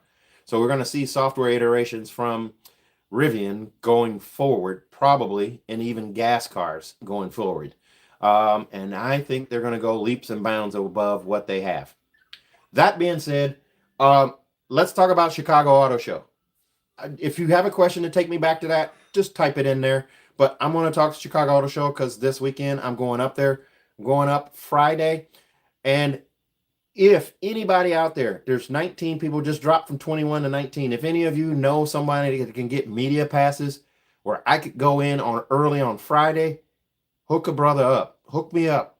I need a media pass. I'm not media. Even though I've got 13 million views and almost 4,000 videos up there, I don't constitute media. With that being said, too, the Mid-American Media Association, if somebody knows somebody out there that's in that, I can only get into that as a being recommended by a member that's already in there. I want to get into that because I want to get into making more videos of cars that aren't VW. I want to get into that arena because I think I bring a fresh take on that. And I want to get into that a little bit more. I want to expand the brand knowledge that I have and the video, basically that my quiver of arrows. I want it to be more than just Volkswagen and a kind of sparse mixing of Mazda and Cadillac in there. I want to do other stuff. So I want cars dropped off at my house so I can review them in a week. And I won't just bitch about software and buttons just because I only have the car for 5 hours and things of that nature. I'll give real reviews. So let's see here. Again, if you got anything to say there, just type it in there. I want to see, if any of you care about the Super Bowl, I want to see your Super Bowl predictions. You don't need to know mine yet. I'll tell you mine at the end. You know who I'm rooting for because I'm from Kansas City, lived there for over 20 years, super homesick to go back there. It's a great place to live. It's a great place to visit, and they have the best barbecue. I'm looking at you, North Carolina, Texas, and Tennessee. Y'all don't have the barbecue we got in Kansas City. Sorry, not sorry. So anyway, the auto show. I'm going to be traveling up there, and I just saw a news release that Subaru was announcing two new SUVs at the auto show, doing a global reveal. I've since found out that there are two trim levels for the Subaru Forester. That kind of took the luster off, but I still want to see if I can get my hands on it and then kind of look around it and do video of that, or those two cars. I know they're going to be there. There's going to be puppies there. So I know Subaru has genius marketing. Puppies. They're going to be dogs. Puppy dogs. Petting zoo for puppies at the Subaru exhibit. It's there every year. I know it. They're going to have this alpine thing, I'm sure, with the trees and the fake snow. It's going to be great. Subaru does it better than anybody, and they market that way. So they do great marketing. For Volkswagen, the 2025 Tiguan will be there. So I hope to be able to make a video of that without a whole lot of interruption. It's going to be done on an open car show floor. So there's going to be people sitting in the car, people crashing the video, people maybe heckle me, get the hell out of the car. What are you doing? You don't know what you're doing. Get out, kind of thing. I don't know, but I'm sure I'm going to get something like that. I'm sure. DJ Miel, thank you. Thank you very much. In case you guys are wondering, you can donate to the channel. You can donate to the chat. You can buy some swag. I have down below the store there. I want to try to get some other things there. Yeah, cats like puppies too. They do. I have a cat and I have 3 dogs. Yeah, we inherited my mother-in-law's dog because she was too big for the house she bought. See you, Walter. Have a good evening. Thanks for watching. And then I'm going to tell you what. I love cats. I love dogs. But we're particular about the cats. This last cat kind of was a stray cat that my daughter picked up. And this cat was feeling the fact that I wasn't giving it any love. I wasn't happy about it one damn bit. This cat sought me out, stalked me, and made me love her. She's the best damn cat ever. Second best cat to Jersey. Sorry. Jersey was our old cat that looked like a Jersey cat. She was named Jersey because she was black with white. I'm sorry, she was white with black splotches, and she was more white than black, I think. But she was a great cat. She was my wife's cat before we got married. I loved that cat, and all of the dogs we had loved that cat. They would play. And she died of a broken heart when our last dog died. It was really sad, but we've got dogs since then, and they're great. They get along great, and this cat plays along with them all. So there's a great story there. But anyway, at the auto show, I'm going to try to find some other stuff. I'm sure there's going to be that EV test track again. I'll go around on that. It tends to be kind of a lame video on those. The last ones I did last year, there was a kind of lame videos. I may not do those again on the EV test drive. But I'm going to try to get some other stuff. I'm sure the new Lyric will be there, probably for Cadillac. Definitely the Escalade IQ, at least it should be there. And I just saw a really sad story about the Detroit Auto Show and how the attendance dropped precipitously just in the last 5 years, like down almost 500,000 attendees, which is something unheard of. Because as I said before, I was born and grew up in Detroit till 79. And that was the auto show I always went to as a kid. And I always wondered when I went to the Kansas City Auto Show after that, why it always seemed to suck.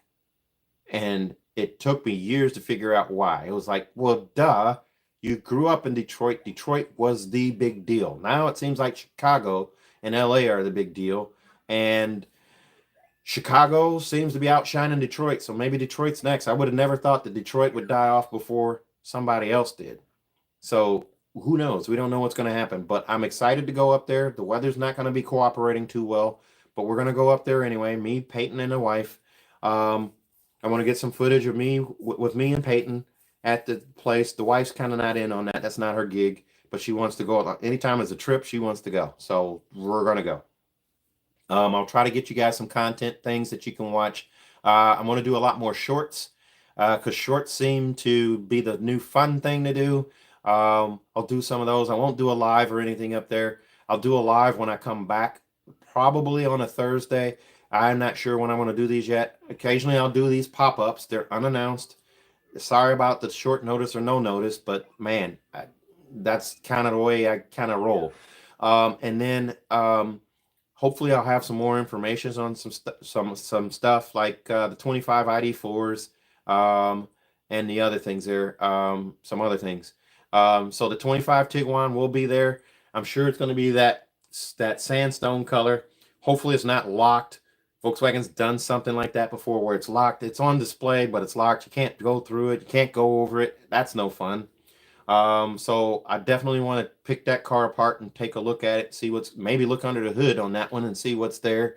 I know it's going to be hooked up to the battery, the trickle charge or the battery savers and things of that nature. So it's not going to be fully functioning, but I'll still be able to get some good content on what it looks like. With the ID7 being canceled, I'm sure that's not going to be there, and hopefully there'll be a Buzz there. Maybe there'll be a Pro S Plus there that I can get some content on. But I'm actually leaning heavily into looking at these other manufacturers and see what they offer, see what the competition's offering too, and get my feet wet and doing some other stuff. Because that Silverado EV, that thing was badass last time, and I'm sure it's going to look even better this time. So the competition is coming out with some change and stuff, and I kind of want to see what I can find. So let's see here. Does anybody else have any other questions? Anything at all? I can answer it here. No one sent me Chiefs predictions. No one has a Chiefs prediction, man. Or Chiefs Eagles. I'm sorry, I didn't say it right. Chiefs Eagles. It's going to be a great game. That back there, let's see, that's Baltimore and Denver. So it's playing an NFL kind of loop of YouTube videos of games and things. Rhonda said, go Chiefs. She better. She lives here in Missouri. No damn Rams here. Swifties for the win. Okay. All right. And I'm going to go out on a limb and say, look, there's no ref controversy. Even though everybody says they have proof, why would refs do that? Why would they? And if they were doing that, why, if there's that type of controversy where the refs are helping the Chiefs every time, why aren't you betting on the Chiefs to win every time? Why? Bet on them. Bet on them to win. Because if the refs you already know the outcome then. Bet.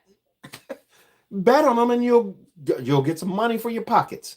So it's just there's no ref conspiracy. It's just we're witnessing a team get really, really good at what they do. And every year they've gotten better at something. Every year they've changed. I mean, the comments that people say this is the worst 15-1 team I've ever seen. When's the last time you saw a 15-1 team? This is the worst 14-1 team. When's the last time you saw a 14-1 team? This is the worst undefeated team I've ever seen, or we've ever seen. How do those statements even make sense? They don't. I don't get it. They're good at winning. What happened? You guys are witnessing. I'll just say this, and it's coming from a true fan, but it's also, I watch a lot of commentary and other people talk about it, and I totally agree with it, and I get it. Yep, they're going to go for a three-peat. I don't know that they're going to get it, but fingers crossed. It'll be really cool if they do. I'm not going to be super sad if they don't. They've had a great year. They've had a great run. They're a great team. The first year, it was lights out. It was shock and awe. The first season was shock and awe with Patrick Mahomes.